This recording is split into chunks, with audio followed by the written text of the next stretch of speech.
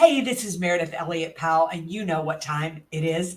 It is 8 a.m. Eastern, Saturday morning, time for Sales Logic. Hanging out here with my partner, Mark Hunter. How you doing, Mark? I'm doing great. We got a great topic today. We're going to talk about confidence in sales. I think that's kind of cool. It's good. It's kind of an important subject. I'll go ahead and hit the intro, and we will get started.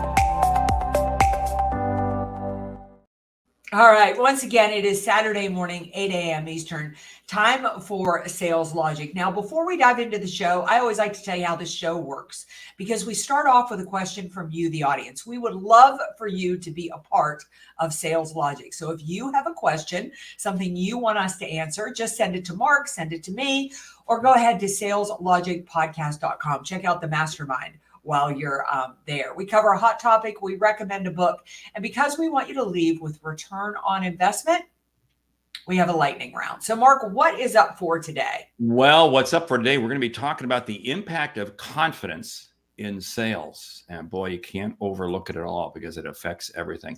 And the question comes today from John in Fort Lauderdale. He says, I've got 2 new sales professionals, lots of talent and enthusiasm for the job and our products, but they lack confidence. Will that come? Should I, as a manager, be helping them build confidence? Or really, does it even matter if they know the product? Good question. Did we put it into the Sales Logic brain today? Of course, we put it into the Sales Logic brain. And I asked it several different things. In fact, one of the ways that I asked the question, this is what I love about Sales Logic brain, because you can phrase it differently, you get different answers. I said, hey, what would be some steps to follow? Came back with 11 steps: setting clear goals, prepare thoroughly, practice regularly, seek feedback, learn continuously, embrace rejection, celebrate small wins, maintain a positive attitude, visualize success. And the list goes on and on and on. Let me tell you something. Sales Logic brain is really smart. Wow.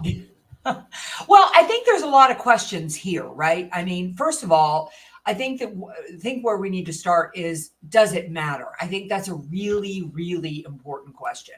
And confidence, in my opinion, is everything in sales. People are really buying the energy and how you feel about your product. And if you don't believe in it, then, or you don't believe in your own ability to sell it, then you're gonna struggle in sales. I think it's really actually more than that, because I think you really got to believe in the outcome of how you're going to help people.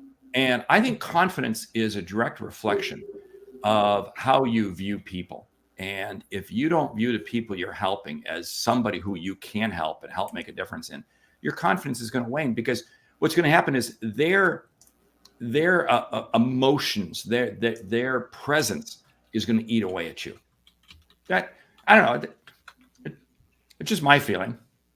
Well, let me ask you this. What do you mean their presence is going to eat away? I mean, they can intimidate you. I mean, you're walking in to, say, a customer, or you're on the phone with a customer, and wow, they're big cheese. They're big, and you lack confidence. And well, guess what?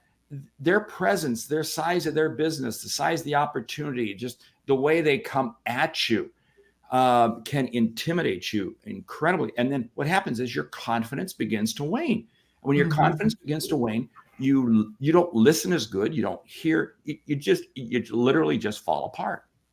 Yeah, and I think the thing about confidence is, when you lack confidence, you're too focused on yourself.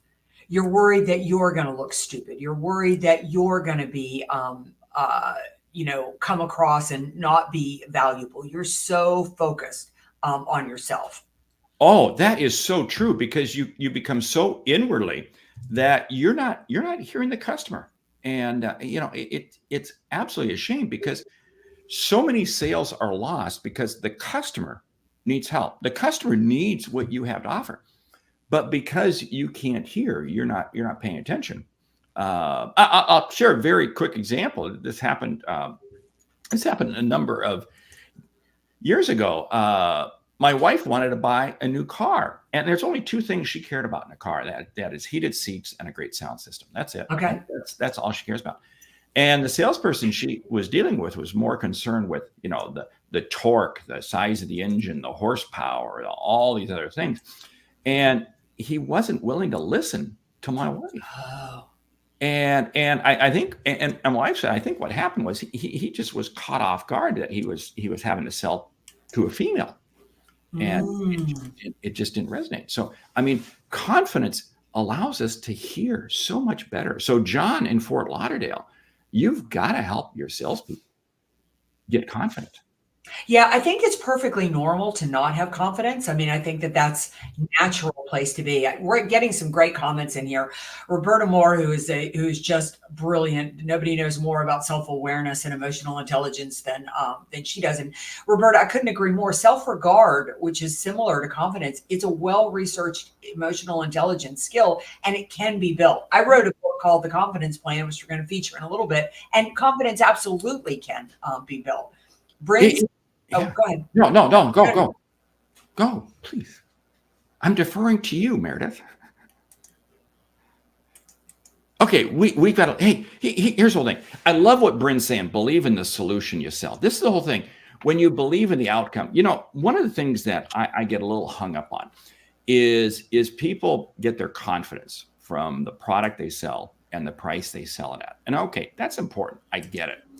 But at the end of the day, if you know you can help the customer, doesn't that give you a warm feeling? Doesn't that help you feel good? So confidence, but here's the whole deal. I see so many salespeople, what happens is they get in the circle of other salespeople who don't believe in their products, who don't believe in their, and as a result, you become the sum of the 5 people you associate with the most. And this is why you've got to be careful who you hang out with. Because if you hang out with people who are not confident, you will become non-confident. I don't even know if that's a word. Non-confident too. I love what Dave is saying here. Your potential clients are looking for the 3 C's from their sales professional. The first C is confidence, which is another way to say leadership through the buying process. I suffered most of my life from really a lack of confidence. I was really pretty insecure for probably the first 40 years of my life. And I think the root, and I'd be so interested to see what our audience says, is I felt the path for me to build confidence, because I feel very confident now. And as I work with people in helping them build confidence, is progress. Far too often we think it is about accomplishing a goal.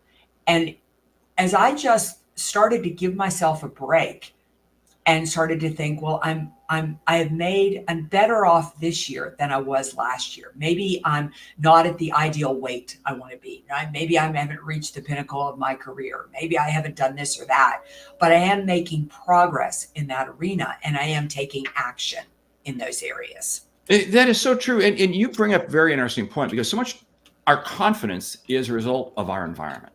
Yes. And if we struggle or if we're a part of difficult environments, it's going to affect our confidence. This is why I say you cannot separate the professional from the personal side. How you feel personally is going to impact how you do professionally. How you do professionally is going to impact how you do personally. And so this is absolutely key. This is why you've got to be careful of who you hang out with. You've got to be careful. And this is why you've got to set your day up from the beginning to be a mindful, focused day, because you may not be able to change your environment, but you can change the moment you're in right now. I love Thomas's comment, lack of confidence and nervousness and insecurity. Are they the same thing? You know what? I think they are, because I think, when you're nervous and insecure, you're going to demonstrate a lack of confidence. And you eliminate those two and you become confident. I know I've gone through, boy, believe me, when I first began in sales, and like I've written in my book, I got fired from my first 2 sales jobs because I had one view of sales and it was wrong. It was wrong. And I couldn't buy into really what I was supposed to be doing. And it wasn't until I had a mindset change. This is why I say, the results we achieve in sales is first a result of the sale we make in our own mind. Yeah, I would agree with that. Now, the question on the table was, how do I help my people and should I help my people? And you absolutely, I am a big believer that, that we hold confidence for our teams before they have confidence in themselves. So I would say that the way that we help people build confidence, whether we're trying to do it for ourselves or whether we're trying to do it to help other people, is to set some goals. But the power in the confidence is going to come from setting the actions, the behaviors to accomplish the goals. And the reason is this, because goals are not something I control. I don't know when I'm going to do $1 million in sales. I don't know if that's going to happen in June. I don't know if that's going to happen in February of next year, but I can control the actions and I always feel like the antidote of anxiety is action, right? Like if I'm sitting here and I haven't closed a sale this week, that's a horrible feeling. And we all have it. I don't know if you all are as schizophrenic as I am, but I run around the house going, oh my God, we're going to go broke. We're never going to eat again. I mean, I'm so sure my phone is never going to ring again. Nobody's ever going to email me and look for work. I mean, I go right off the cliff. But if I sit down and go, I can't control that, but I can control making sales calls. So get the people that work with you into action mode. So much of what you said there is so spot on. It's the activity. Do the activity. And this is the piece. John and any sales manager out there, you got people who lack confidence. You got to help them celebrate the wins, regardless of what the wins are. The wins may be absolutely tiny, absolutely small, but you've got to put them into a positive environment, because what I found is this. Success creates success. And the success might be, hey, I just had one phone call that went well. Great, terrific. Okay, fine. So what I'm going to do is I'm going to say, hey, congratulations. And now let's set the next goal. Let's see if we can do it again. Let's see if we can do 2 goals. And you slowly but surely increase it. But you've got to create an environment where everybody is celebrating the success. Bryn's comment, when we detach from the commission and attach to the solution, it is so much easier to be confident when working with the prospect. It goes back to Larry Levine's comment of commission breath. Larry Levine, our good friend. I mean, it is. If you're only focused on the commission, and this was the problem I had initially in sales, I was only focused on the commission. That was it. Everything else was totally irrelevant. And as a result, it was really messing up my mind. Focus on the solution and how you're going to help people. Yeah, you know what, Bryn, what this comment reminds me of is when I was a little kid, my mother used to say to me all the time, the fastest way to get past your own problems is to focus on somebody else's.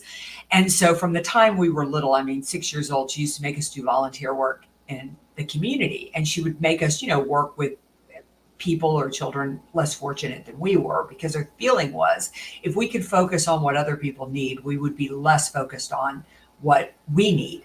And therefore, it would give us a richer life. She was so incredibly right. And this is what you're talking about. Mark says this all the time. Sales is really nothing more than helping people. And if you can get the team to focus there, like you're making a difference, they'll be more focused on helping, which will build their confidence then on the result. I got to tell you, I love Andy's comment. Wow, powerful. As a sales director, I never wished a salesperson good luck before a major call. I always said, get in there and take charge. That built confidence. What a beautiful way, because the person can't control whether that deal will close or when the deal will close. But if you say, get in there, take charge, go in there with everything you've got. Oh gosh, I wish I'd worked for you as a salesperson. Andy, I love that comment. That's why I can't stand it when people say, oh, have a safe flight. Well, no, I was expecting to crash. We have to go into things with an absolute positive attitude. And this is where I say confidence changes the results you get. If you are confident going into a sales call, and regardless of how it is, whether it be online, Zoom, in person, whatever, you listen better. You hear things differently. You are going to be able to be in a position to help the customer better. If you go in lacking confidence, you're not going to hear what the customer's saying. And you are not going to walk out with the same results. This is why I say, your attitude going into the call determines the results you're going to get coming out of it. So I love Andy's comment, right? Get in there and take charge, because you can and you will. because what you're doing is you're visualizing success. Visualize success, and it's amazing at what can and will happen. Yeah, I also think that, Andy, actually, you're giving me a great idea for a show. Is we should really focus on what really strong and amazing sales managers do, because you're obviously incredibly great at what you do, but it is so rare out there. I love that you never said I'm proud of you, but how'd you do it? And I think that is so incredibly important, because there's, when we go back to this idea of progress, is I think sometimes confidence gets shattered because we only have one definition of success. If I'm not at the top of the heap, I'm not successful. If I don't do this, then I'm not successful. But again, if you can help people see that every little step they did something right, they made some progress, it will build that confidence. It will definitely build that confidence in them. And you know what? I love that, because don't let others define success for you. You are the only one that can define your success. And again, so many people become unconfident. They lose their confidence because they see somebody else and they go, oh, wow, look at how successful they are. Look at how brilliant they are. I could never achieve that. Totally irrelevant. Everybody is in their own situation. And this is where also that success is not a destination. Success is a journey. And if I can go through each day and I can just help one person, it's been a successful day. And if I help enough other people, guess what? I will be able to help myself. But confidence comes back to that fundamental belief that you can help other people. So back to our question, John, Fort Lauderdale. I have to ask yourself, are you confident? Are you confident that you can help other people? Because I believe confidence rubs off. I mean, Mary, you see this all the time with people who you're with, right? I mean, it's amazing how somebody comes into a room and they're confident, and it just somehow just seeps into other people. Same thing. Yeah. It goes in the opposite direction. So you got to be the one who puts confidence in other people around you. Yeah. Bryn, I do thank you so much for that comment on my mother. I'm actually writing a little book on all the isms that I learned. My mother was a brilliant woman who had tons of those little pieces of advice, but it took me a long time to figure just how right she was. Here's the other thing, is that I think it's important, even if you define yourself as confident. Oh my gosh, I love Natalie was going right where I was going. Even if you define yourself as confident, you still need to work on your own confidence. You still need to you can be more and more. And Todd made a really important comment, confidence without being arrogant. Todd, I believe, and I'd be curious if you believe this too, I think they're the antithesis. I think if you're arrogant, you're actually really, really insecure. This happened to me at an event about a week ago. I went in and somebody that I have probably met 8 times acted like they'd never met me. And I don't know if you've ever had some, but you think to yourself, when I was young, that used to make me mad. And now I just feel sorry for them, because I think you should at least fake your way through, even if you can't remember me. And I think that's arrogance. A confident person, again, another mother thing, she always told me that it was my responsibility to make other people feel comfortable. And saying to somebody, I don't remember you, or I don't have any idea who you are, when we've clearly met 8 times, is arrogant. That's not confident. So I really think they're the antithesis. But where I was going with the whole comment, and sorry, Mark, I'll let you jump in, is practice is everything. I know the things that salespeople hate are role plays. I know they hate them. I don't love them. But they are some of the most powerful things you can do, because when you have practiced it a million times, you're selling from your heart, not from your head. And if you're still trying to do a script, you're not confident, and that insecurity comes across. We see that in any sporting event. When people take the court, take the field, whatever, their level of confidence is a direct result of the practice they've put in. And if you haven't put in the practice, then you're going to find yourself on the court, on the field, whatever, in a situation that you're just not confident in. It's so interesting, but I'm going to ask people, how do you start your day? I mean, are you confident that you're going to be able to make an impact? You're going to make an impact on other people. That's why I say, hey, take a piece of paper, write down the people who you're going to reach out to today and say, hey, this is how I'm going to help them.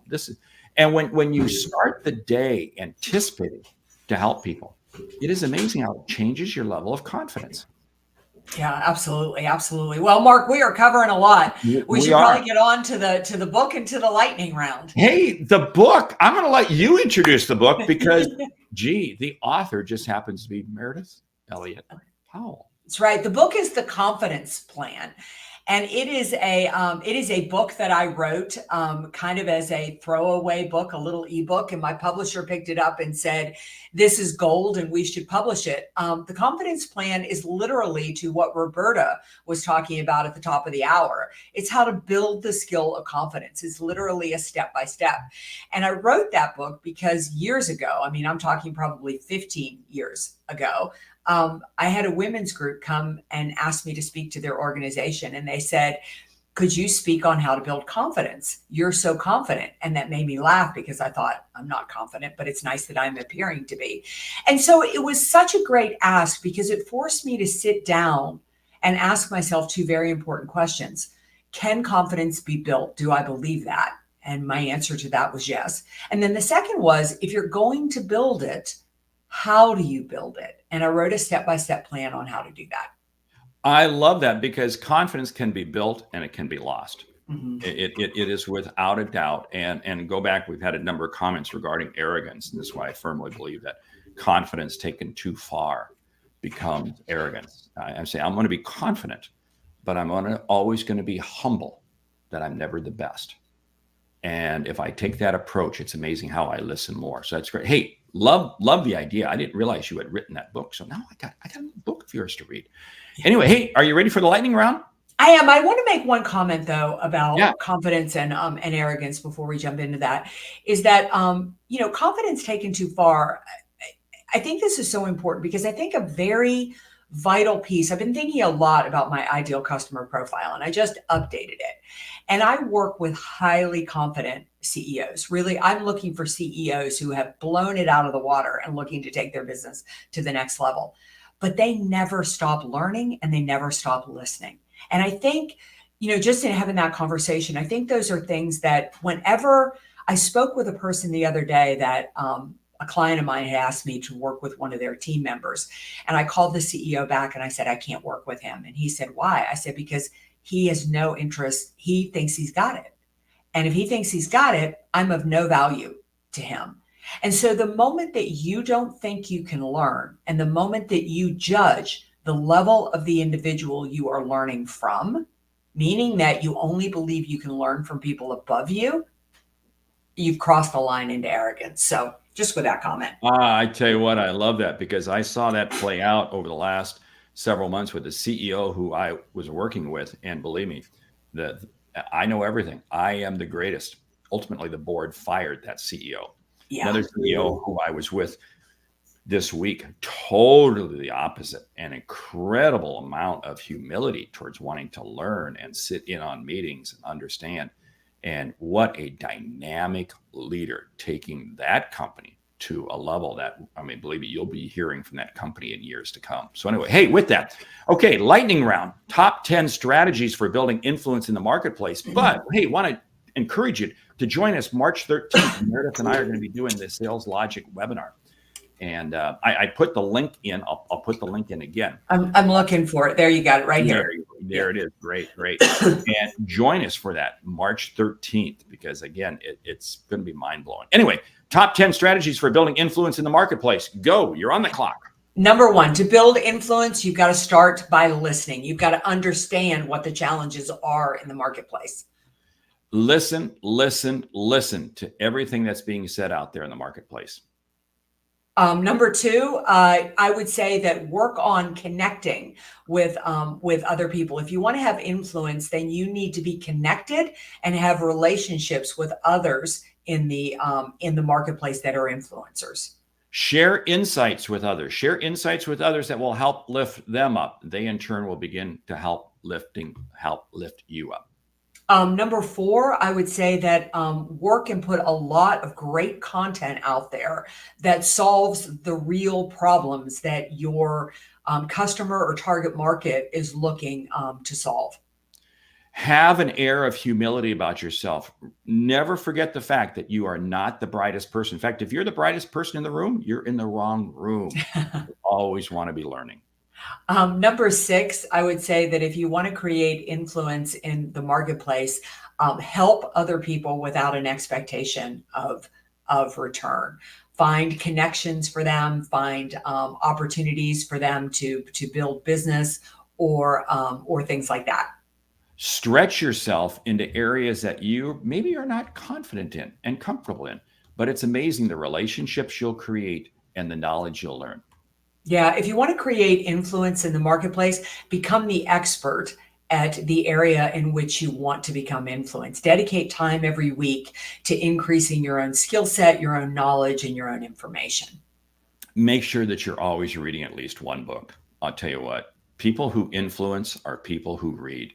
And if you're not reading 25 or 30 books a year, you are just not reading enough. Why don't you share one more? I'll share one more. We'll close it down.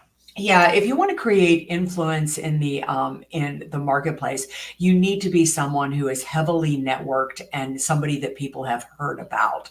So work really hard to build your reputation, protect your brand, and create awareness about what you bring to the table and how you can help. And I'll close it down by saying, never be the one who expects to receive the glory to share. Give praise and honor to everyone else around you. Lift up those around. Don't worry about yourself and you'll be just fine. Hey, with that, we want to say thank you for listening to Sales Logic. If you like what you hear, subscribe, rate, and review the show on your favorite podcast app. If something we've said has earned you a single dollar, hey, consider telling a friend about our show because it's how we grow when we help you grow. I'm Mark Hunter. And I'm Meridith Elliott Powell. Remember, when you sell with confidence and integrity, all of this uncertainty suddenly becomes your competitive advantage. And the sale becomes logical. All right. We'll see you right back here next week. Remember, mark your calendars to join us March 13th for our webinar. You'll find the link in the show notes. Go to saleslogicpodcast.com. Find out more about March 13th. Sign up for our mastermind and send your questions on because we'll feature you right here on Sales Logic. All right. We'll see you next week.